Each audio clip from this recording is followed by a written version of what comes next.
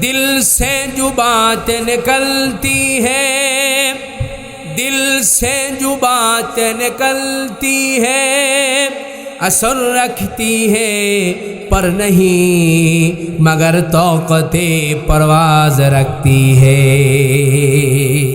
बनी इस्राइलेर एकजन आबेद आमार भाईरा शत बছর পর্যন্ত ইবাদত করেছে। কাল কিয়ামতের ময়দানে আল্লাহ রাব্বুল আলামিন ওই আবেদকে লক্ষ্য করে হযরতে জিবরিল আমিনকে বলবেন, জিবরিল তুমি যাও, তুমি গিয়ে ওই আবেদের উপর একেবারে অমুক কওমটা তুমি একেবারে ধ্বংস করে ফেলো, ধ্বংস করে দাও। আমার ভাইরা হযরতে জিবরিল আমিন সঙ্গে সঙ্গে কওমটা পর্যবেক্ষণ করে দেখবেন ওই কওমের মধ্যে এমন একজন নেককার পরেজগার বান্দা আছে, জীবনে গুনাহ কি জিনিস সে জিন্দেগিতে করে নাই, গুনাহ কি জিনিস বোঝে নাই, জিন্দেগিতে গুনাহের ধারের কাছেও যায় নাই। আমার ভাইয়েরা সঙ্গে সঙ্গে আল্লাহ রাব্বুল আলামিনকে বলবেন, ওগো আল্লাহ এই কওমের মধ্যে তোমার এমন একজন নেককার পরেজগার বান্দা আছে, সে জীবনে তোমার কোনো গুনাহের কাজ করে নাই, তোমার কোনো নাফরমানি সে করে নাই। ওগো আল্লাহ তাহলে কেমন করে আমি ধ্বংস করব? আমার ভাইয়েরা আল্লাহ রাব্বুল আলামিন সঙ্গে সঙ্গে জানাইয়া দিলেন যে জিবরিল অমুক কওমের মধ্যে যে নেককার পরেজগার বান্দা আছে ওই কওমটা আগে তুলে তাকে দিয়ে ধ্বংসের কাজ শুরু করে দাও। হযরতে জিবরিল আমিন কারণ জানতে চাইলে আমার ভাইয়েরা আল্লাহ রাব্বুল আলামিন বলেন, জিবরিল এই বান্দা একা একই ইবাদত করেছে, একা একই জান্নাতে যাওয়ার চেষ্টা করেছে, জিবরিল একা একই নামাজ পড়েছে, রোজা করেছে, তার চোখের সামনে অনৈতিক অনেক বেহায়াপনার কাজ হয়েছে, সে কোনোদিন তাদেরকে প্রতিহিত করে নাই, তাদেরকে বাধা দেয় নাই, তাদেরকে নিষেধ করে নাই, তাদেরকে ভালো হওয়ার জন্য আহ্বান করে নাই।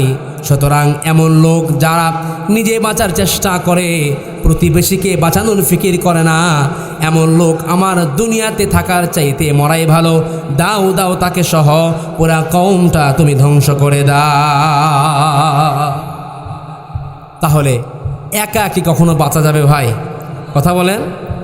বড় আফসোসের বিষয়, আমাদের মাঝে অনেক বাবা আছেন, তারা নিজেরা নামাজ পড়তে আসে, নিজের যুবক ছেলে সারাটা দিন স্মার্টফোন নিয়ে ফ্রি ফায়ার, পাবজি, যত রকমের গেমস ইত্যাদি আছে, এগুলো নিয়ে একেবারে অস্থির, কোনোদিন নামাজের দাওয়াত দেয় না, আছে না নাই?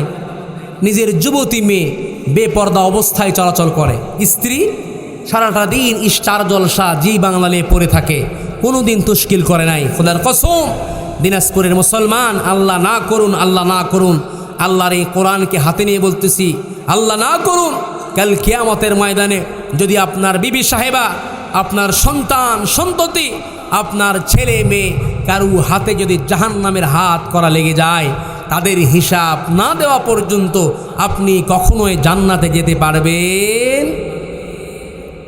আজকে যে সন্তানের জন্য, ছেলের জন্য হাড় ভাঙ্গা পরিশ্রম করছেন, আপনার শরীরে রোদ লাগে না, আপনার গায়ে বৃষ্টি পড়ে না, লক্ষ্য একটাই, আপনার সন্তানকে সমাজে প্রতিষ্ঠিত করবেন। আপনার সন্তানকে সমাজের মধ্যে প্রতিষ্ঠিত করার লক্ষ্যে দিনাজপুরের একদম প্রফার জায়গায় হাই কোয়ালিটিতে আপনি একটা সন্তানের জন্য একটি ফ্ল্যাট করছেন, একটি দামি দামি গাড়ি আপনার সন্তানের জন্য কিনছেন, কিন্তু সেই সন্তান যদি কাল কিয়ামতের ময়দানে আপনি বাবার বিরুদ্ধে মামলা দায়ের করে, ভাই কোনো অপশন থাকবে? কথা বলেন, অপশন থাকবে? আল্লাহ রাব্বুল আলামিন বলেন, রব্বানা আরিনাল্লাযীনা আযাল্লানা মিনাল জিন্নি ওয়াল ইনসি নাজআলুহুমা তাহতা আকদামিনা লিয়াকুনা মিনাল আসফালিন। কাল কিয়ামতের ময়দানে ওই সন্তানগুলো আপনি বাবার বিরুদ্ধে মামলা দায়ের করবে, তারা সরাসরি আল্লাহকে বলবেন, ওগো আল্লাহ, জিনদের ভিতর থেকে আর মানুষের ভিতর থেকে কে আমাদেরকে গোমরাহ করে দিল? তো খারাপ পথে চলেছি আল্লাহ, খারাপ পথে চলেছি, ভালো হওয়ার দিকে ডাকে নাই, ভালো হওয়ার জন্য আমাদেরকে কোনো দিন ফেরায় নাই। ওগো আল্লাহ, আজকে সেই মা বাপ আর মুরব্বী নেতাগুলোরে তুমি সামনে নিয়ে আসো। নাজআলুহুমা তাহতা আকদামিনা লিয়াকুনা মিনাল আসফালিন। ওই মা বাপ আর মুরব্বী নেতাগুলোরে তুমি সামনে নিয়ে আসো, তাদেরকে পায়ের তলায় রেখে তারপরে তোমার জাহান্নামে যাব। কাল কিয়ামতের ময়দানে অনায়াসে আপনার সন্তান আপনি বাবার বিরুদ্ধে মামলা দায়ের করবে। আল্লাহ, আমার সন্তান, আমার বাবা আমাকে ফিরাই নাই, খারাপ পথে চলেছি, ভালো হওয়ার জন্য ডাকে নাই, সুতরাং তাদেরকে আগে নিয়ে আসো, পায়ের তলায় রেখে তারপরে তোমার জাহান্নামে যাব। সেদিন কোনো রক্ষা হবে ভাই? সেদিন কোনো মামু খালুর কোনো কাজে আসবে? আল্লাহ রাব্বুল আলামিন বলেন, ইয়াউমা লা ইয়ানফাউ মালু ওয়ালা বানুন। কাল কিয়ামতের ময়দানে সন্তান সন্ততি, মাল সামানা, অর্থ সম্পদ আমার ভাইরা, সেদিন কোনো কিছুই কিন্তু কারো উপকারে আসবে না। সেদিন প্রত্যেকের উপকারে আসবে প্রত্যেকের নিজ নিজ আমল। কোনো কিছুতেই যাররা পরিমাণ কোনো ফায়দা হবে না। শুধুমাত্র কেবলমাত্র নিজে যা আমল করবেন, এই আমলই কাল কিয়ামতের ময়দানে আপনার জন্য এই আমলটাই সুপারিশ করে আল্লাহর কাছে ফায়সালা করবে। আপনার সন্তান সন্ততি, ছেলে মেয়ে, অর্থ সম্পদ, যাররা পরিমাণ কোনো কিছুই ফায়দা হবে। এই জন্য আমার ভাইয়েরা, শুধু নিজে একা একই ভালো হওয়ার চেষ্টা করলে কখনো হবে? নিজে ভালো হব সেই সাথে সাথে আমাদের পাড়া প্রতিবেশী, সন্তান সন্ততি, ভাই বারাদার প্রত্যেকেই ভালো হওয়ার জন্য আহ্বান করা দরকার আছে না নাই? সবাই বলেন আছে না নাই? বড় আফসোস, আমরা কোনো মানুষ কিন্তু আমরা শান্তির মধ্যে নাই। প্রত্যেকটা মানুষ, কেউ খাবার জোগাতে কাজের সন্ধানে দৌড়াচ্ছে, আবার কেউ অতিরিক্ত খেয়ে খাবার হজমের জন্য দৌড়াচ্ছে। গভীর রাতে কারু পাজেরু গাড়ি থামছে নিষিদ্ধ পল্লীতে, ঘরে অপেক্ষারত স্ত্রী দীর্ঘশ্বাস ফেলছে। কেউ ভাঙা ঘরে থেকেও স্ত্রীকে নিয়ে অবিরত সুখের স্বপ্ন বুনছে। কেউ মনে মনে ভাবছে এই তো আর মাত্র কয়েকটা দিন, ডিভোর্স পেপারে সাইন করলেই মুক্তি। কেউ একটা সম্পর্ক টিকিয়ে রাখার জন্য যুদ্ধ করে চলছে। কেউ সন্তান ডাস্টবিনে ফেলে দায়মুক্ত হতে চেয়েছে। কেউ একটা সন্তানের জন্য সারাটা জীবন হাহাকার করছে, সন্তান হচ্ছে না, আছে না নাই ভাই? কেউ লাখ টাকার ডাইনিং টেবিলে বসেও তৃপ্তি সহকারে ভাত খেতে পারছে না। কেউ আবার পেঁয়াজ কাঁচামরিচ কচলিয়ে গোগ্রাসে ভাত গিলছে। গভীর রাতে কারু পাজেরু গাড়ি থামছে নিষিদ্ধ পল্লীতে, ঘরে অপেক্ষারত স্ত্রী দীর্ঘশ্বাস ফেলছে। আমার ভাইরা, কেউ দামি খাটে শুয়েও আবার ঘুমের ওষুধ খেতে হচ্ছে, চোখে ঘুম ধরছে না। কেউ আবার হিমেল হাওয়ায়, এই কনকনে শীত, এই হিমেল হাওয়ায় রাস্তায় ওভার ব্রিজের নিচে অঘরে আরাম আয়েসে ঘুমাচ্ছে। হিমেল হাওয়ায় ওভার ব্রিজের নিচে অঘরে আরাম আয়েসে সালা গায়ে দিয়ে, বস্তা গায়ে দিয়ে ঘুমায়, আসে না নাই ভাই? আমার ভাইয়েরা, কেউ আবার কারু পড়ার টেবিলে নতুন বইয়ের সমারোহ, কিন্তু পড়তে ইচ্ছে করছে না। কেউ আবার পুরাতন বইয়ের দোকান চষে বেড়াচ্ছে। কেউ পুরাতন বইয়ের দোকান চষে বেড়াচ্ছে পকেট খালি বলে, পকেটে কোনো টাকা নাই। কেউ বিদেশ যাওয়ার জন্য লক্ষ লক্ষ টাকা ইনভেস্ট করেছে, কিন্তু বিদেশ যাওয়া হচ্ছে না, পরিবারগুলো দেউলিয়ার পথে, আসে না নাই? কেউ চাকরিতে অ্যাপ্লাই করার জন্য পায়ের জুতা ক্ষয় করে ফেলছে অ্যাপ্লাই করতে করতে, কিন্তু চাকরি মিলছে না ভাই। কেউ চাকরি থেকে অব্যাহতি নেওয়ার জন্য বারংবার চেষ্টা করছে, আহারে কি ভুলটাই না করলাম, এক বাপের একটা ছেলে ছিলাম, কতই ভালো ছিলাম।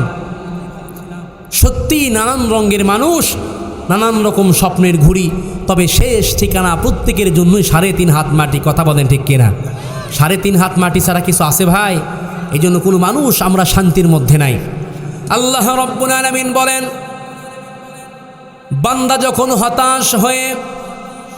হতাশাগ্রস্ত হয়ে বান্দা যখন কাঁদতে থাকে আর ডাকতে থাকে, কেউ সন্তান নিয়ে পেরেশান আমার ভাইরা, কেউ স্ত্রী নিয়ে পেরেশান, কেউ হাজার হাজার লক্ষ লক্ষ টাকা ইনকাম করছেন, টাকাগুলো আপনি রাখতে পারছেন না আমার ভাইরা। এই টাকাগুলো না রাখার কারণে আপনি পেরেশানের মধ্যে আছেন, হতাশাগ্রস্ত হৃদয় নিয়ে চলাচল করছেন।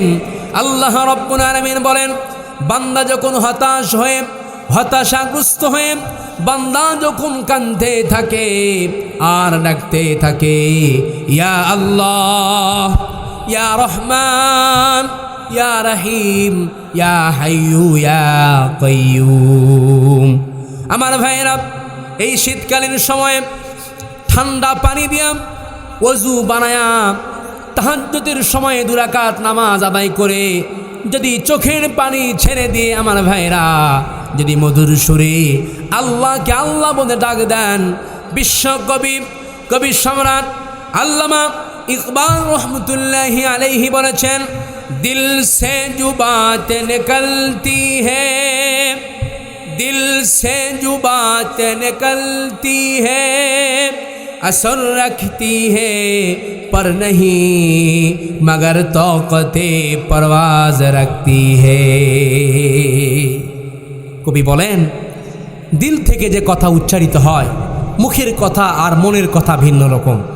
মন থেকে যে কথা জিহ্বা দিয়ে উচ্চারিত হয়, এই কথার প্রভাব বিস্তার করে, ডানা না থাকলে উড়তে সক্ষম হয়। তার মানে হলো, বান্দা যখন হতাশাগ্রস্ত হৃদয় নিয়ে দুশ্চিন্তা অবস্থায় ব্যথিত অন্তর নিয়ে আমার ভাইরা মনের গহীন কন্দর থেকে হৃদয়ের সবটুকু শক্তি উজাড় করে যদি একটা বার আল্লাহকে আল্লাহ বলে ডাক দেয় আমার ভাইরা, আল্লাহ রাব্বুল আলামিন সঙ্গে সঙ্গে ৭০ বার সাড়া দিয়ে জিজ্ঞাসা করে বলে, বান্দা কি চাও বান্দা, আমি হাজির। আমার ভাইরা, আমার আল্লাহকে ডাকার জন্য মাইকের কোনো দরকার নাই, চিৎকার মারার কোনো দরকার নাই। মনে মনে ডাকলেও তিনি শোনেন, ফিস ফিস করে ডাকলেও তিনি শোনেন। কথা বলেন, কথা ঠিক কিনা? শব্দ করে ডাকলেও তিনি শোনেন। আমার ভাইয়েরা, বান্দা যখন ডাকে আল্লাহ রাব্বুল আলামিন শুনিয়ে দিচ্ছেন। আমার ভাইয়েরা, আল্লাহ রাব্বুল আলামিন বলেন, وَنَحْنُ أَقْرَبُ إِلَيْهِ مِنْ حَبْلِ الْوَرِيدِ। জোরে বলেন আল্লাহু আকবার। আল্লাহ রাব্বুল আলামিন বলে, বান্দা তোমার যে সাহারা রগ আছে, বান্দা তোমার যে সাহারা রগের উপরে তোমার মাথাটা বসানো আছে, আমি আল্লাহ রাব্বুল আলামিন তোমার সেই সাহারা রগের থেকেও বেশি নিকটে।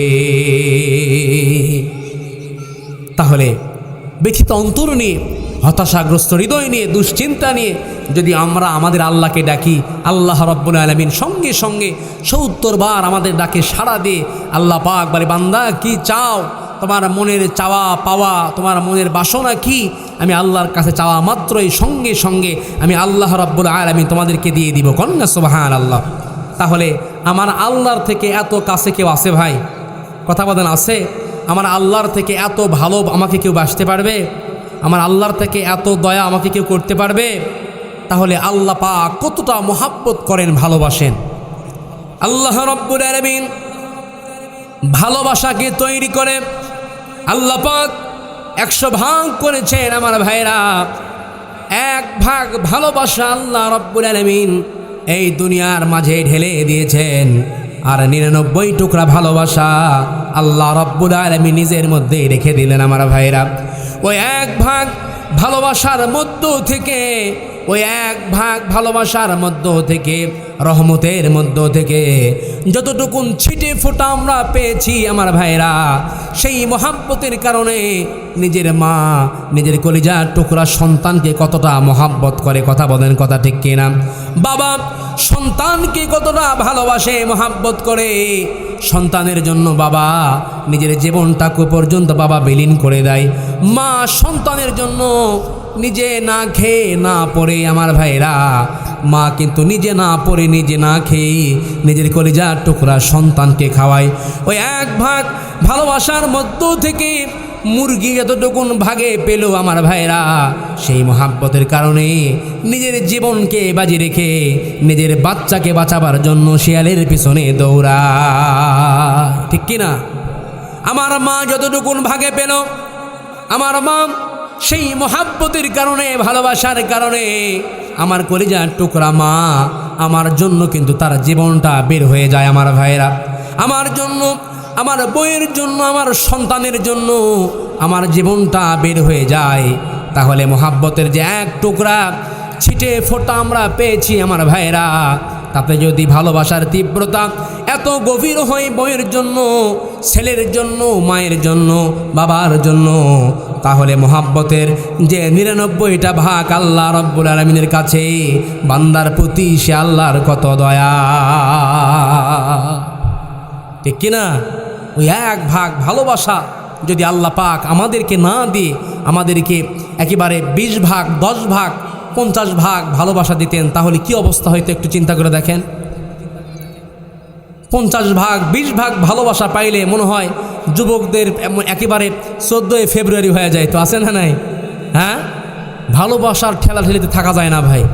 ভালোবাসার গান আছে না নাই?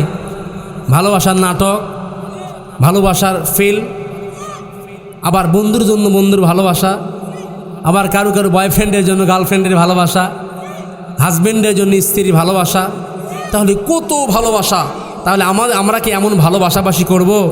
আমাদের যত রকম ভালোবাসা, সব ভালোবাসা বিয়ের পরে, ঠিক কিনা ভাই? সব ভালোবাসা কিসের পরে হবে? বিয়ের পরে। কারণ আল্লাহর হাবিব সাল্লাল্লাহু আলাইহি ওয়াসাল্লাম বলেছেন, স্বামী স্ত্রীর বন্ধন, স্বামী স্ত্রীর ভালোবাসা এটা হচ্ছে একটা জীবন্ত ভালোবাসা। স্বামী স্ত্রীর বন্ধন এটা একটা জান্নাতি বন্ধন। আল্লাহর হাবিব বলেছেন, কোন স্বামী যদি মোহাব্বত নিয়ে, ভালোবাসা নিয়ে স্ত্রীর হাত চেপে ধরে, আল্লাহ পাক ওই উভয় হাতের মধ্যে, ওই উভয় হাত দ্বারা যতগুলো সগীরা গুনাহ করেছে, মুহূর্তের মধ্যে সমস্ত সগীরা গুনাহ আল্লাহ পাক মাফ করে দেবেন। কন্যা সুবহানাল্লাহ। আল্লাহর হাবিব আরো বলেছেন, আমার ভাইরা, স্বামী যদি মোহাব্বত নিয়ে, ভালোবাসা নিয়ে নিজের স্ত্রীর সঙ্গে প্রেমময় আলাপ করে, ভালোবাসার খুনসুটি করে, তাহলে আল্লাহ রব্বুল আলামিন উভয়ের আমলনামায় সব দ্বারা পরিপূর্ণ করে দিবে। কন্যা সুবহানাল্লাহ। বিশ্বনবী আরো বলেছেন, এই শীতের রাতে স্বামী স্ত্রী যদি একই কম্বলের নিচে শুয়ে থাকে, আমার ভাইরা, উভয়ের আমলনামায় সব দ্বারা পরিপূর্ণ যিনি করে দিবেন তিনি কে? আসতে বলবেন না, তিনি কে? তাহলে হালাল জায়গায় স্ত্রীর সঙ্গে প্রেমময় আলাপ করলে, ভালোবাসার খুনসুটি করলে প্রত্যেকটা মুহূর্তে মুহূর্তে সওয়াব আছে না নাই? শালীর সাথে করলে, বলেন, শালীর সাথে করলে, ভাবির সাথে, কাজিনের সাথে গুনাহ আছে না নাই?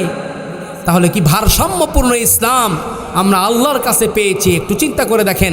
স্ত্রীর সঙ্গে প্রেমময় আলাপ করলে, ভালোবাসার খুনসুটি করলে প্রত্যেকটা মুহূর্তে মুহূর্তে আল্লাহ রাব্বুল আলামিন সওয়াব দ্বারা পরিপূর্ণ করে দিবেন। আর যদি নিজের স্ত্রীকে বাদ দিয়ে অন্য কারোর সঙ্গে যদি প্রেমময় আলাপ, ভালোবাসার খুনসুটি ইত্যাদি করলে প্রত্যেকটা মুহূর্তে মুহূর্তে আল্লাহ পাক গুনাহ দ্বারা পরিপূর্ণ করে দেবে। কথা বলেন, কথা ঠিক কিনা? এই জন্য যতটুকু আমাদের ভালোবাসা, সব ভালোবাসা হবে কিসের পরে? বিয়ের পরে। কারণ স্বামী স্ত্রী প্রেমময় আলাপ করবে, ভালোবাসার খুনসুটি করবে, প্রত্যেকটা মুহূর্তে মুহূর্তে আল্লাহ রাব্বুল আলামিন সব দ্বারা পরিপূর্ণ করে দেবে। কন্যা সুবহানাল্লাহ। এই জন্য আমার ভাইরা, আল্লাহ রাব্বুল আলামিন আমার মা বোনদের জন্য আল্লাহ পাক কয়েকটি বিধান দিয়েছেন। আমার ভাইরা, আল্লাহ রাব্বুল আলামিন এই ভালোবাসাকে তৈরি করে এক ভাগ তাম দুনিয়ার পৃথিবীবাসীর মাঝে ঢেলে দিয়েছেন, আর 99 টুকরা ভালোবাসা আল্লাহ পাক নিজের মধ্যে রেখে দিয়েছেন। আমার ভাইরা, ওই এক টুকরার ছিটে ফোটার মহাব্বতের কারণে বাবা সন্তানের জন্য হাড় ভাঙা পরিশ্রম করে। বাবা কলিজার টুকরা সন্তানের জন্য অ্যাক্সিডেন্ট হয়ে পর্যন্ত বাবা মারা যায়। কথা বলেন, কথা ঠিক কিনা? আবার দেখেন প্রাণীদের মধ্যে কেমন মহাব্বত, প্রাণীদের মধ্যে কেমন ভালোবাসা। আমার ভাইরা, আল্লাহ রাব্বুল আলামিন ঢেলে দিলেন। যদি বাছুরের গায়ে যদি কেউ হাত দেয়, আমার ভাইরা, তাহলে মা গাভীটা সঙ্গে সঙ্গে রেগে যায়। কথা বলেন, কথা ঠিক কিনা? আমার ভাইরা, এই জন্য আল্লাহ রাব্বুল আলামিন কলিজার টুকরা মাকে কতটা ভালোবাসা দিয়েছেন। মা সন্তানের জন্য তার জীবনটা উৎসর্গ করে। আমার ভাইরা, বাবা সন্তানকে ভালোবাসে। ওই সন্তান যখন মারা যায়, বাবা কিন্তু সন্তানের লাশটা কাঁধে নিয়ে হাঁটি হাঁটি পা পা করে কবরের মধ্যে যায়। কবরে যাওয়ার পরে বাবা সন্তানের লাশ কবরে রেখে বাবা কিন্তু কবর থেকে আবার উঠে আসতে পারে। কথা বলেন, কথা ঠিক কিনা? এই অনুমতি বাবাকে দেওয়া হয়েছে। আমার ভাইয়েরা, কিন্তু মাকে দেওয়া হয় নাই। মা যদি নিজের কলিজার টুকরা সন্তান নারী সেরা ধনকে মৃত্যুর পরে তার লাশটা যদি তার লাশ যদি কোলে নেয়, কোলে নিয়ে হাঁটি হাঁটি পা পা করে যদি কবরস্থানের দিকে যায়, কবরের মধ্যে সন্তানের লাশ কিন্তু রাখার পরে মা কিন্তু কোনো ক্রমে কবর থেকে উঠে আসতে পারবে না। কথা বলেন ঠিক কিনা? মা সঙ্গে সঙ্গে কবরের মধ্যে শুয়ে পড়বে আমার ভাইরা। এই জন্য আল্লাহ রাব্বুল আলামিন বলে, বান্দা তোমার মা তোমাকে 10 মাস 10 দিন গর্ভে ধারণ করেছে, তাতে যদি মহাব্বতের তীব্রতা ভালোবাসায় তোমার মা তোমাকে এতটা বেশি, কিন্তু বান্দা শোনো, তোমার মা তোমাকে একটা হাত দেয় নাই, তোমার মা তোমাকে একটা পা দেয় নাই, চক্ষু দেয় নাই, তোমার অঙ্গ প্রত্যঙ্গ কোনো কিছুই তোমার মা তোমাকে দেয় নাই। তারপরেও তোমার কলিজার টুকরা মা তোমাকে কতটা মহাব্বত করে, তোমাকে কতটা ভালোবাসে। বান্দা শোনো, আমি আল্লাহ রাব্বুল আলামিন তোমাকে মহাব্বত করার কারণে, তোমাকে ভালোবেসে 2টি হাত দিয়েছি, পা দিয়েছি, অঙ্গ প্রত্যঙ্গ সব কিছু আমি তোমাকে দান করলাম। বান্দা তুমি যখন গুনাহের কাজে যাও, তুমি যখন গুনাহ করো, গুনাহের কাজে তুমি যখন অগ্রণী ভূমিকা রাখো বান্দা, তখন আমি আল্লাহ রাব্বুল আলামিন আর সহ্য করতে পারি না। আমি আল্লাহ রাব্বুল আলামিন সঙ্গে সঙ্গে চিৎকার দেই। আল্লাহ রাব্বুল আলামিন বলেন, ইয়া আইয়ুহান নাসু মা গাররাকা বিরাব্বিকাল কারীম। জোরে বলেন আল্লাহু আকবার। আল্লাহ রাব্বুল আলামিন বলে, বান্দারে কে তোমাকে ধোঁকা দিল? কে তোমাকে আমার মতন মহান রব থেকে, মহান রহমান থেকে কে তোমাকে দূরে সরিয়ে দিল? কে তোমাকে ধোঁকা দিল? যেই রহমান, যে রব তোমাকে ভালোবেসে দয়া করে মায়া করে মহাব্বত করে আমি আল্লাহ রাব্বুল আলামিন সমস্ত নিয়ামত দ্বারা তোমাকে ধন্য করলাম, আমার মতন মহান রহমান থেকে, রব থেকে কে তোমাকে দূরে সরিয়ে দিল?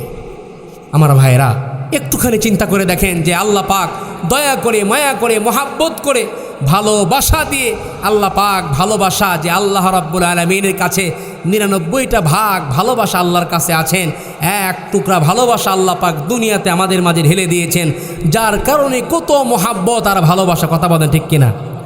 একজন আর একজনের জন্য ভালোবাসে গলায় দড়ি দেয়, রেল ক্রসিং হয়ে রেল লাইনে আত্মহত্যা করে, গ্যাসের ওষুধ খায়, ট্যাবলেট খায় পর্যন্ত মারা যায়, আছে না নাই?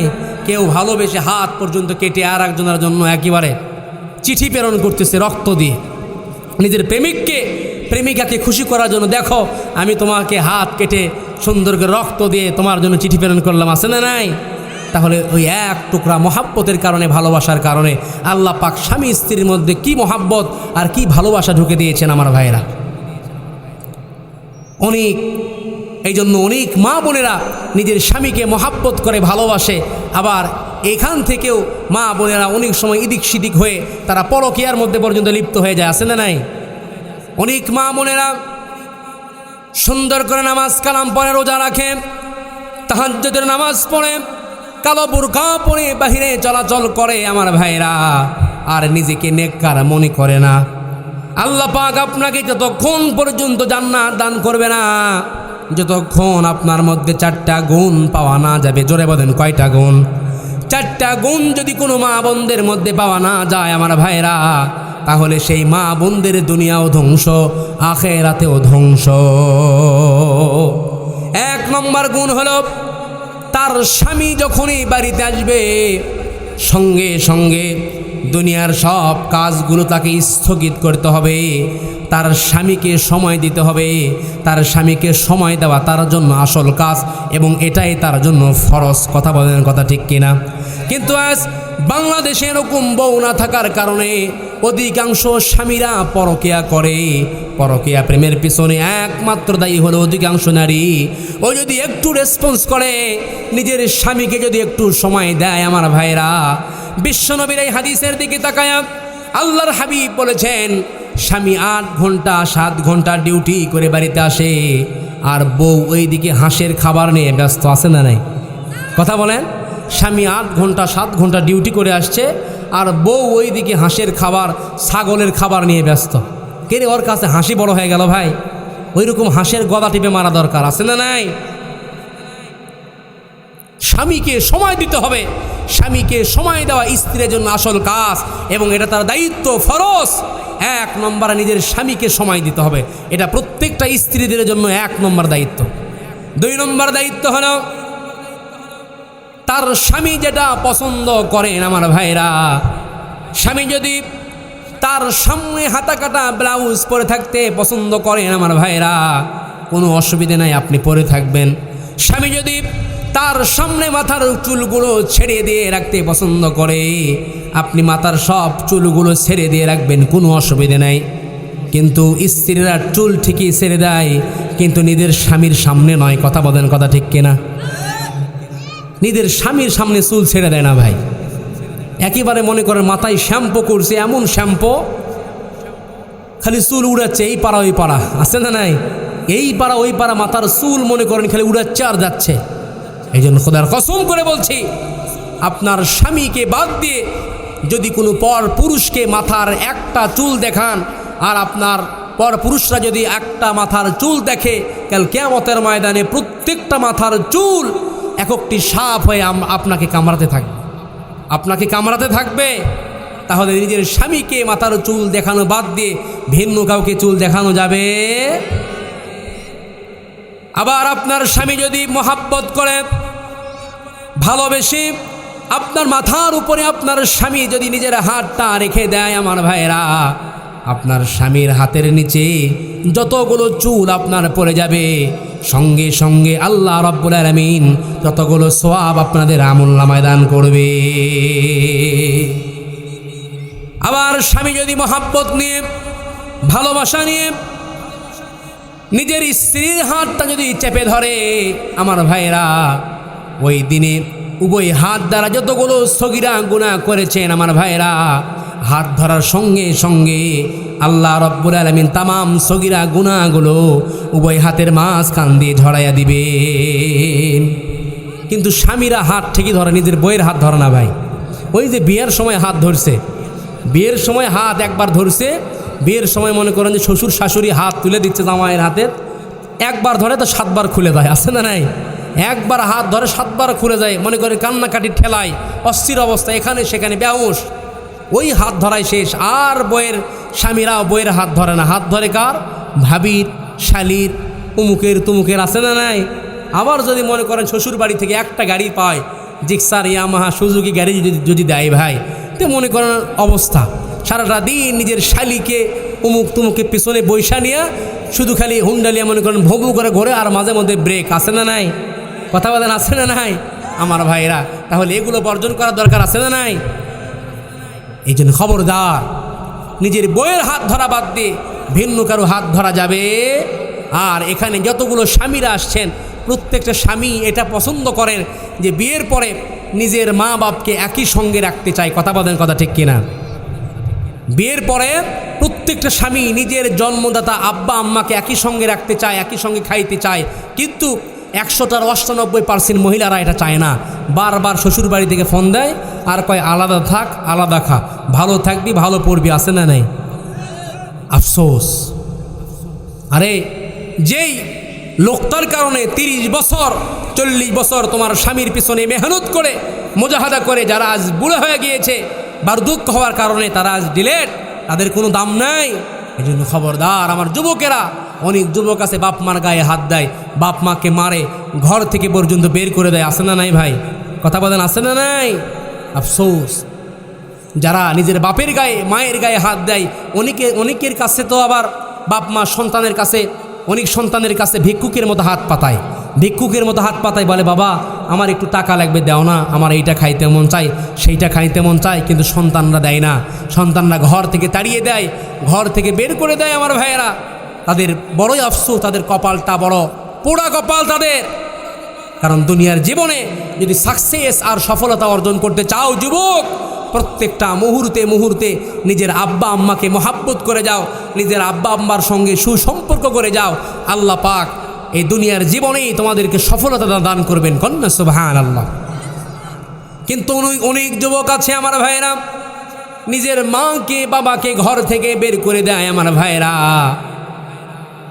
ওয়াইস আল কারীর নাম শুনেছেন আমার ভাইয়েরা? ওয়াইস আল কারনী বিশ্বনবী মুহাম্মদুর রাসূলুল্লাহ সাল্লাল্লাহু আলাইহি ওয়াসাল্লামের দরবারে চিঠি প্রেরণ করেছেন। আল্লাহর হাবিবের কাছে এই মর্মে চিঠি প্রেরণ করেছেন, ইয়া রাসূলুল্লাহি ইয়া হাবিবাল্লাহ, নবী গো, আমার মনের বড় তামান্না, মনের বড় খাহেশাত, বড় আশা আকাঙ্ক্ষা, আমি একটু আপনার সহবতে গিয়ে আপনার সাহাবতে থাকার পরে সাহাবীর মর্যাদা আমি অর্জন করব। আপনার সান্নিধ্যে আমার কিছু থাকার বড় শখ, আপনার খেদমতে আমি থাকব। কিন্তু বাড়িতে আমার বৃদ্ধ মা একা, আমার মায়ের কারণে আমার মা ছাড়া, আমার মায়ের আমি ছাড়া দুনিয়ার আর কেউ নাই। ইয়া রাসূলুল্লাহ ইয়া হাবিবাল্লাহ, আমার মায়ের কারণে আমি আপনার কাছে যাইতে পারি নাই। আমার ভাইয়েরা, আল্লাহর হাবিব সাল্লাল্লাহু আলাইহি ওয়াসাল্লাম সঙ্গে সঙ্গে চিঠির প্রতি উত্তরে লিখে দিয়েছেন যে ওয়াইস, তোমার আমার খেদমতে, আমার দরবারে আসার কোনো দরকার নাই। তুমি তোমার মায়ের খেদমতে নিয়োজিত থাকো, তোমার মায়ের তুমি সেবা করো, তোমার মায়ের তুমি যত্ন নাও। আমার ভাইরা, আল্লাহর হাবিব সাল্লাল্লাহু আলাইহি ওয়াসাল্লাম এ কথা বলার করে হযরতে ওয়াইস আল কারনী নবীজির দরবারে আসে নাই। মৃত্যুর পূর্বে হযরতে ওমর রাদিয়াল্লাহু তাআলা আনহুকে বলে গিয়েছেন, আমার ভাইরা, আল্লাহর হাবিব সাল্লাল্লাহু আলাইহি ওয়াসাল্লামকে বলে গিয়েছেন, ওমর, যদি কোনোদিন দেখো ইয়ামান থেকে, করুন নামক শহর থেকে ওয়াইস আল কারনী নামের কোনো ব্যক্তি আসে, তাহলে তুমি তার কাছে গিয়ে দোয়া নিবা, তার কাছে তুমি গিয়ে দোয়া চাইবা। কারণ হলো লাউ আকসামা আলাল্লাহি লা বাররাহু, ওয়াইস যদি কসম করেও কোনো কিছু দোয়া চায়, আমার ভাইরা, আল্লাহর কাছে যদি কোনো কিছু দোয়া করে, মুহূর্তের মধ্যে আল্লাহ রাব্বুল আলামিন ওয়াইসের দোয়া সঙ্গে সঙ্গে কবুল করে নেবে। আমার ভাইরা, তাহলে একটুখানি চিন্তা করে দেখেন, এটা কিসের বদলতে বলেন? কিসের বদলতে? নিজের মা বাবার সঙ্গে সুসম্পর্ক রাখার কারণে, কথা বলেন ঠিক কিনা? নিজের মাকে শ্রদ্ধা, মাকে ভালোবাসা, মায়ের খেদমত করার কারণে। এই জন্য মাকে কখনো কষ্ট দেওয়া যাবে।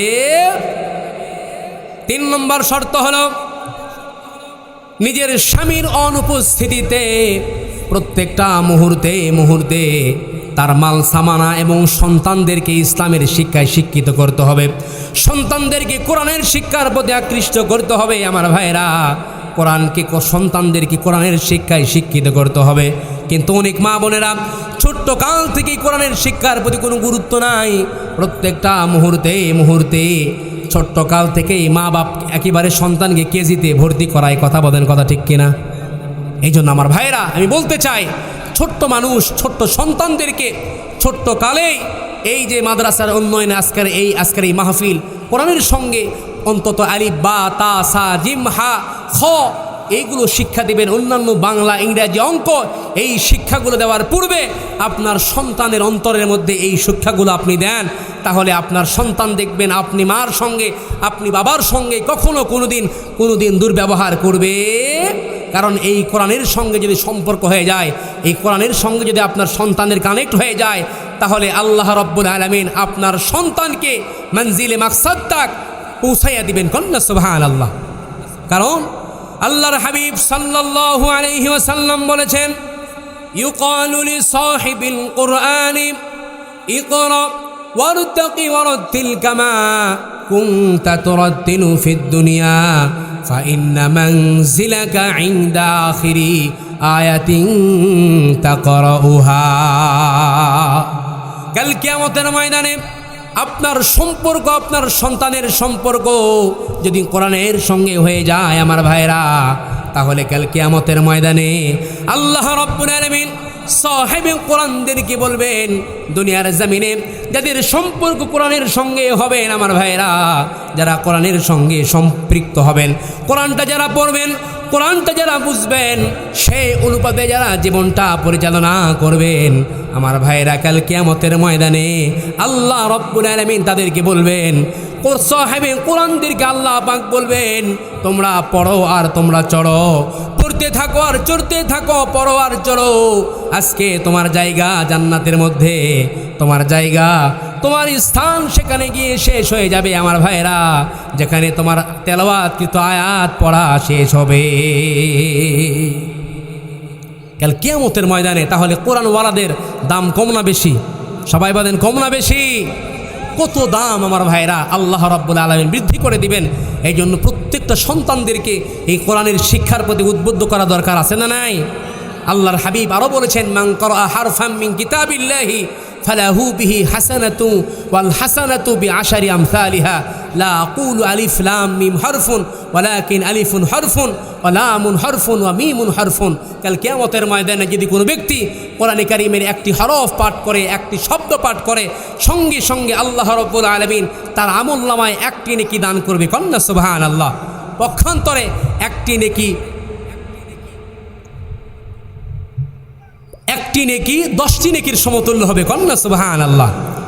আল্লাহর হাবিব বলেন আমি এ কথা বলি না যে আলিফ লাম মিম হরফুন, আলিফ লাম মিম একটি হরফ, আমি এ কথা বলি না, বরং আলিফ একটি হরফ, লাম একটি হরফ, মিম একটি হরফ, এই 3টি হরফের সমন্বয়ে একটি শব্দ গঠিত হয়।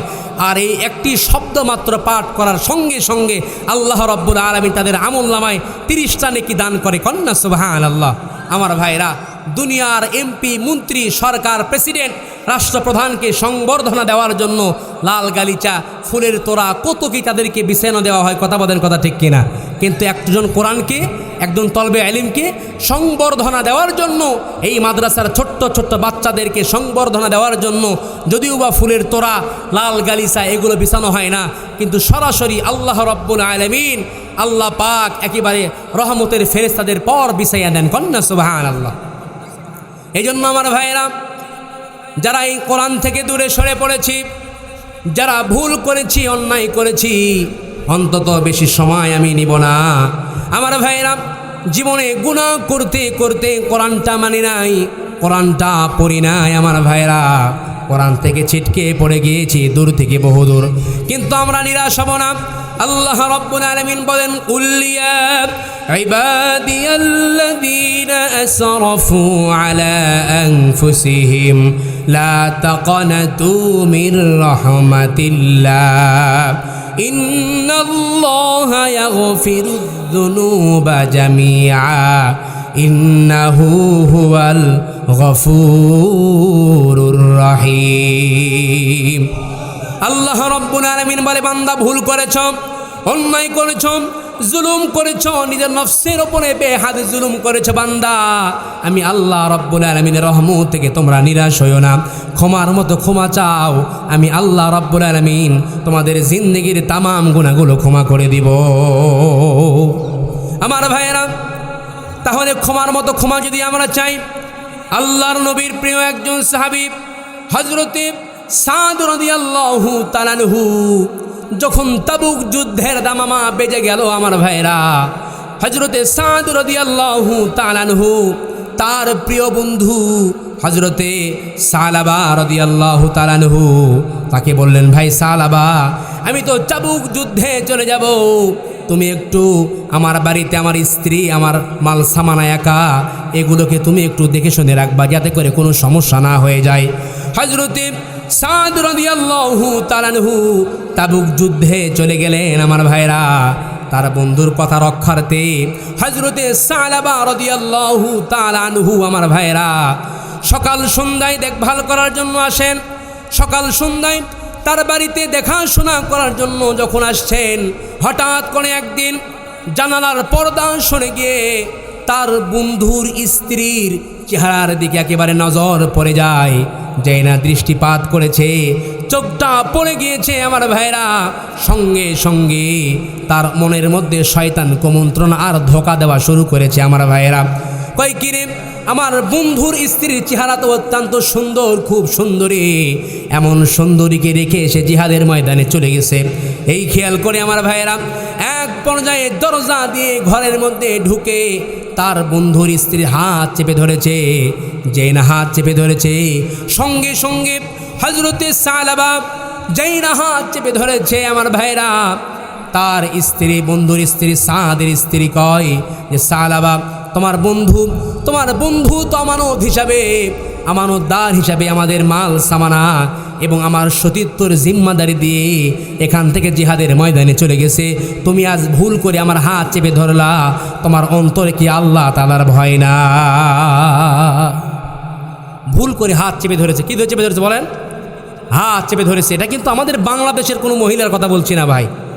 আজ থেকে 1400 বছর পূর্বে বিশ্বনবী সাল্লাল্লাহু আলাইহি ওয়াসাল্লামের যুগের সাহাবীদের স্ত্রীদের সতীত্বের ব্যাপারে বলছি।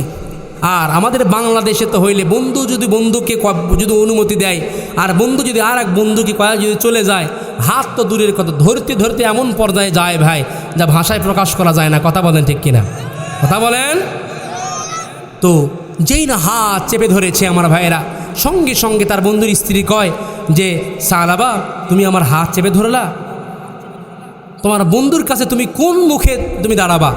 তোমার বন্ধুর কাছে তুমি কোন মুখ নিয়ে দাঁড়াবা? তোমার অন্তরে কি আল্লাহ তাআলার ভয় নাই? মুসলমান ভাইরা রে আমার, যেই না হাত চেপে ধরেছে হযরতে সাদ রাদিয়াল্লাহু তাআলা আনহুর স্ত্রী, এই কথা বলার সঙ্গে সঙ্গে হযরতে সালাবা হাতটা ছেড়ে দিয়ে মাথা নিচু করে ঘর থেকে হাঁটি হাঁটি পা পা করে একেবারে বের হয়ে গিয়েছেন আমার ভাইয়েরা।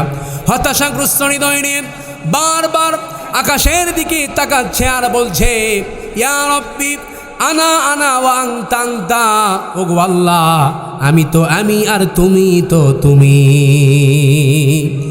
বুঝতে পেরেছেন আমি ভুলটা করে ফেলেছি, আমার মারাত্মক ভুল হয়েছে আমার ভাইরা।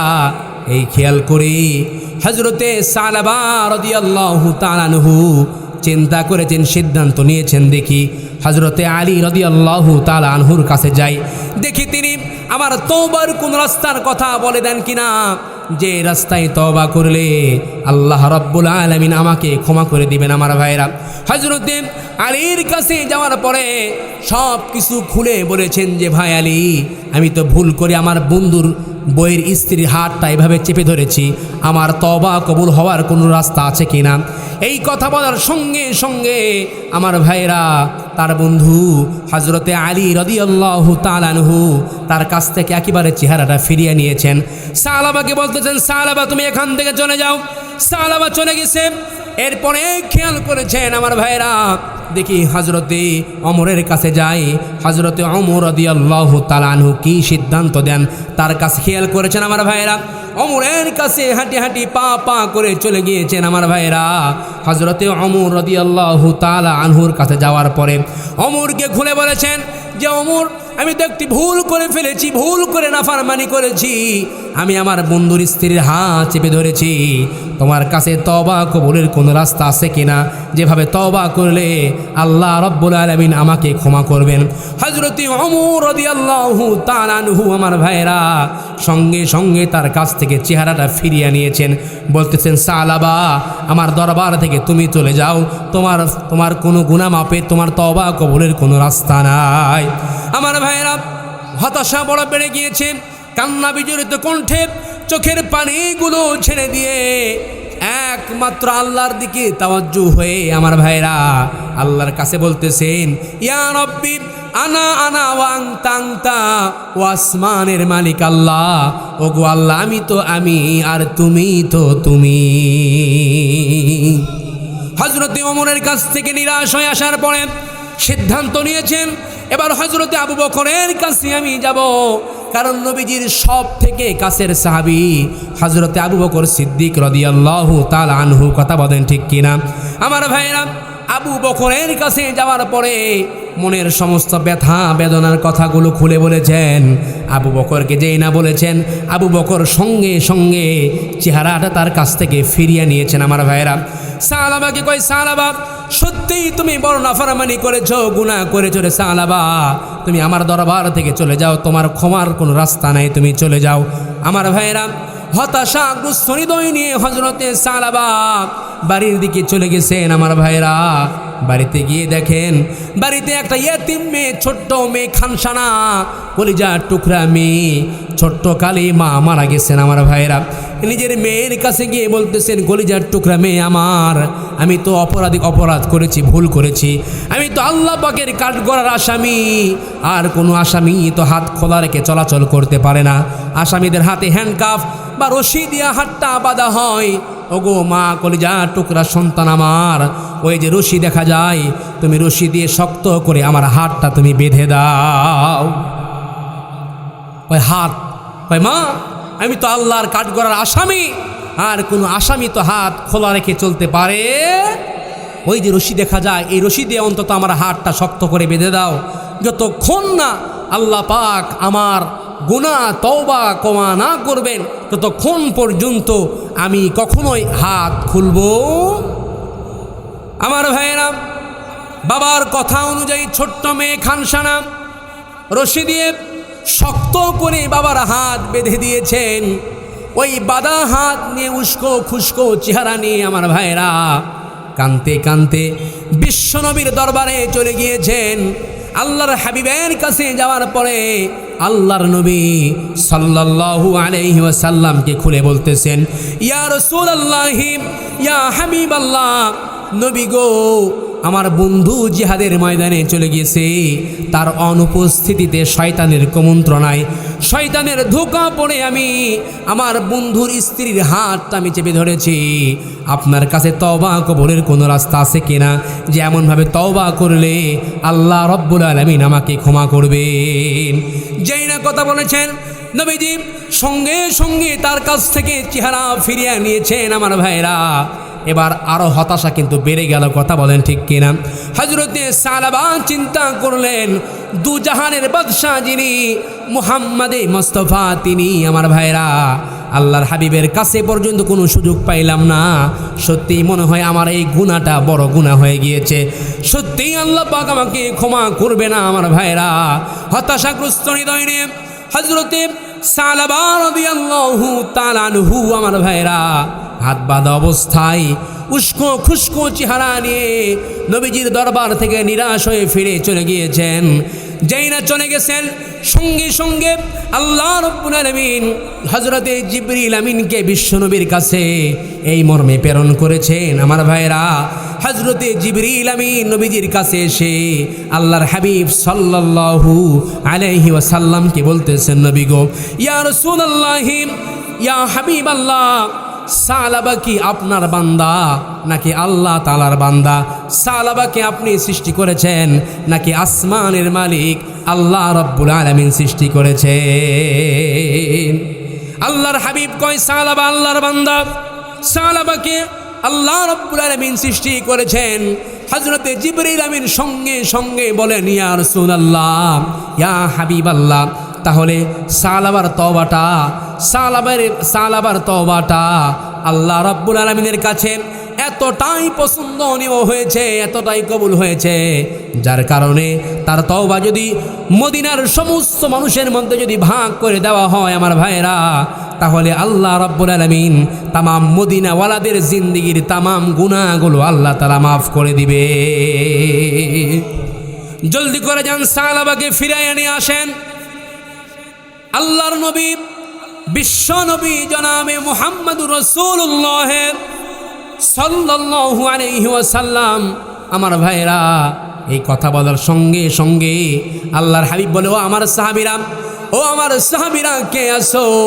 হযরতে আলী রাদিয়াল্লাহু তাআলা আনহু দাঁড়িয়ে গিয়েছেন, ওমর দাঁড়িয়ে গিয়েছেন, হযরতে সালমান ফারসি রাদিয়াল্লাহু তাআলা আনহু দাঁড়িয়ে গিয়েছেন। আমার ভাইরা, আল্লাহর হাবিব সালমান ফারসি এবং হযরতে আলী রাদিয়াল্লাহু তাআলা আনহুকে সঙ্গে সঙ্গে পাঠিয়েছেন, ও আমার সাহাবীরা, তোমরা যাও, জলদি করে গিয়ে সালাবাকে তোমরা ফিরিয়ে নিয়ে আসো। আমার ভাইয়েরা, হযরতে আলী এবং সালমান ফারসি মক্কার অলিতে গলিতে, পাহাড়ে পর্বতে, সর্বত্র সব জায়গায় তালাশ করছেন, খোঁজ করতেছেন আমার ভাইরা, কিন্তু কোনো জায়গাতে আর সালাবাকে খুঁজে পায় নাই। সালাবাকে কোথাও খুঁজে পাওয়া যাচ্ছে না আমার ভাইরা। মদিনায় যাওয়ার সময়, মদিনার উপকূলে যাওয়ার সময় মদিনার কিছু কৃষক লোকেরা আমার ভাইরা তারা দেখে হাঁটি হাঁটি পা পা করে চলে যাচ্ছেন। এমন সময় হযরতে আলী রাদিয়াল্লাহু তাআলা আনহু মদিনার লোকদেরকে জিজ্ঞাসা করেছেন, ও মদিনার লোকেরা, তোমরা কি এমন একজন যুবককে দেখছো নাকি? মদিনার লোকেরা কয় না, এমন একজন যুবককে দেখি নাই, তবে একজন যুবককে আমরা দেখেছি। এমন একজন যুবক সারাদিন কোথায় থাকে, কোথায় যায়, কি করে, কি খায় আমরা জানি না।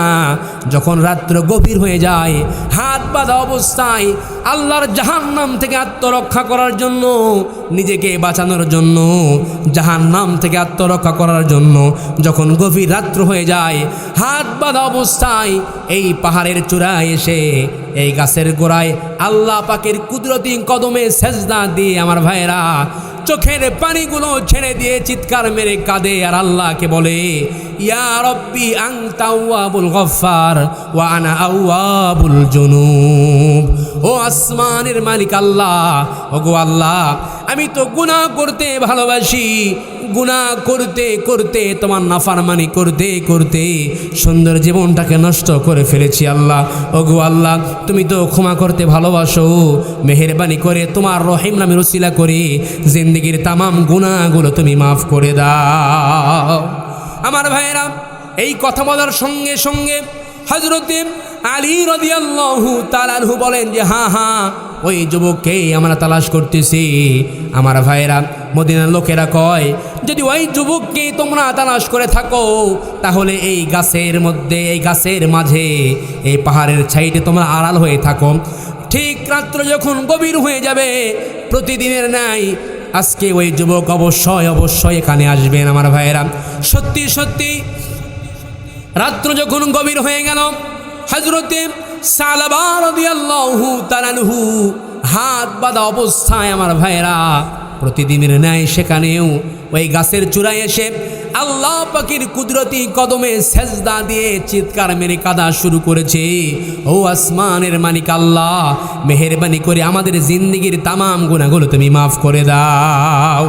আমার ভাইয়েরা, হযরতে আলী রাদিয়াল্লাহু তাআলা আনহু সেজদারত অবস্থায় আমার ভাইয়েরা হযরতে সালাবার পিঠের উপর একেবারে হাতটা বুলিয়ে দিচ্ছেন আর বলতেছেন, সালাবা, তুমি তোমার মাথাটা উঠাও, তুমি তোমার মাথা উঠাও, আল্লাহ রাব্বুল আলামিন তোমার তওবাটাকে কবুল করেছে।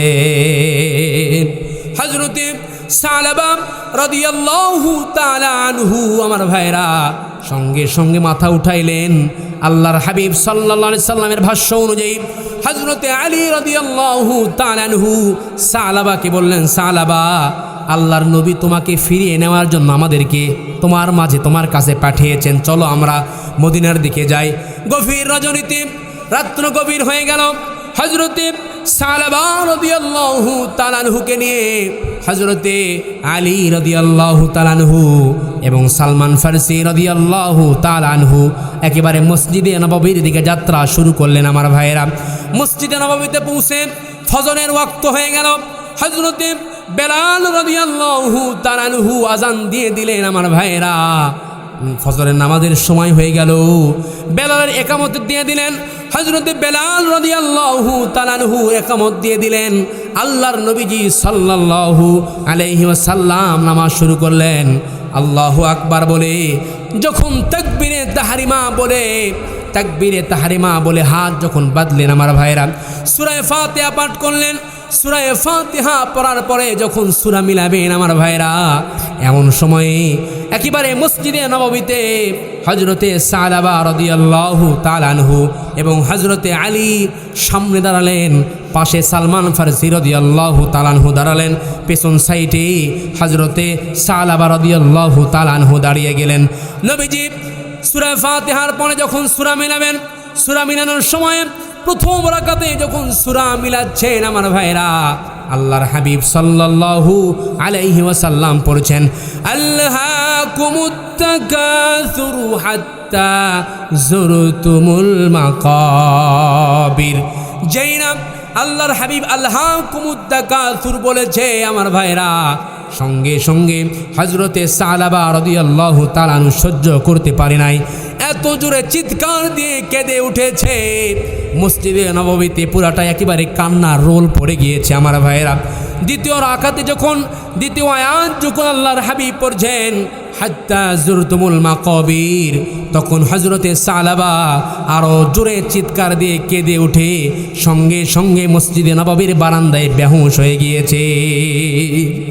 আল্লাহর নবী তাড়াতাড়ি জলদি করে নামাজটা শেষ করে আমার ভাইরা সাহাবীদেরকে বলছেন, ও আমার সাহাবীরা, তোমরা আমার সালাবাকে তাড়াতাড়ি তোমরা হুঁশে আনো, সালাবার মুখে তোমরা পানি ছিটিয়ে দাও। আমার ভাইরা সাহাবারা সালাবার মুখে হযরতে আলী রাদিয়াল্লাহু তাআলা আনহু একেবারে সালাবার মুখের কাছে কানটা এগিয়ে নিয়ে গিয়ে আমার ভাইরা আল্লাহর হাবিবকে বলতেছেন, নবী গো, আপনার প্রিয় সাহাবী সালাবা আর দুনিয়াতে বেঁচে নাই। আল্লাহর নবী বললেন, জলদি করে তোমরা সালাবাকে দাফন কাফন করো। সালাবাকে গোসল করানো হলো, কাফনের কাফন পরানো হলো আমার ভাইরা। তারপরে জানাজা যখন হয়ে গেল, আল্লাহর হাবিব সাল্লাল্লাহু আলাইহি ওয়াসাল্লাম যখন সালাবাকে কবরস্থ করার জন্য হাঁটি হাঁটি পা পা করে যখন তিনি যাচ্ছেন, আমার ভাইরা হযরতে ওমর রাদিয়াল্লাহু তাআলা আনহু লক্ষ্য করে দেখেন হযরতে সালাবা হযরতে রাসূল করিম সাল্লাল্লাহু আলাইহি ওয়াসাল্লাম বৃদ্ধা আঙ্গুলের উপরে ভর করে হাঁটি হাঁটি পা পা করে তিনি সালাবাকে কবরস্থ করার জন্য তিনি যাচ্ছেন। আমার ভাইরা আল্লাহর হাবিব কবরস্থ করার পরে দাফন কাফন করার পরে হযরতে ওমর রাদিয়াল্লাহু তাআলা আনহু সঙ্গে সঙ্গে আল্লাহর হাবিবকে জিজ্ঞাসা করছেন, ইয়া রাসূলুল্লাহি, ইয়া হাবিবাল্লাহ, আমি লক্ষ্য করে দেখলাম যখন সালাবাকে কবরস্থ করার জন্য আপনি হাঁটি হাঁটি পা পা করে যাচ্ছেন, তখন দেখলাম আপনি পায়ের বৃদ্ধা আঙ্গুলের ওপরে ভর করে করে হাঁটি হাঁটি পা পা করে আপনি যাচ্ছেন। কারণটা কি? পায়ের গোড়া কেন আপনি জমিনে দাবান নাই? কারণটা কি? আল্লাহর নবী বিশ্ব নবী জনাবে মুহাম্মদুর রাসূলুল্লাহ সাল্লাল্লাহু আলাইহি ওয়াসাল্লাম সঙ্গে সঙ্গে জানায় দিলেন, ওমর, সালাবার তওবা আল্লাহর কাছে এতটাই পছন্দনীয় হয়েছে, এতটাই প্রিয় হয়েছে, যার কারণে আল্লাহ রাব্বুল আলামিনের আসমান থেকে আল্লাহ রাব্বুল আলামিন অসংখ্য রহমতের ফেরেশতাদেরকে আল্লাহ পাক প্রেরণ করেছেন। এত ফেরেশতারা সালাবার জানাজায় হাজির হয়েছে, আমি পায়ের গোড়া জমিনে দাবিয়ে দাবায় হাঁটবো, এতটুকু জায়গাও জমিনে আমার জন্য ফাঁকা নাই।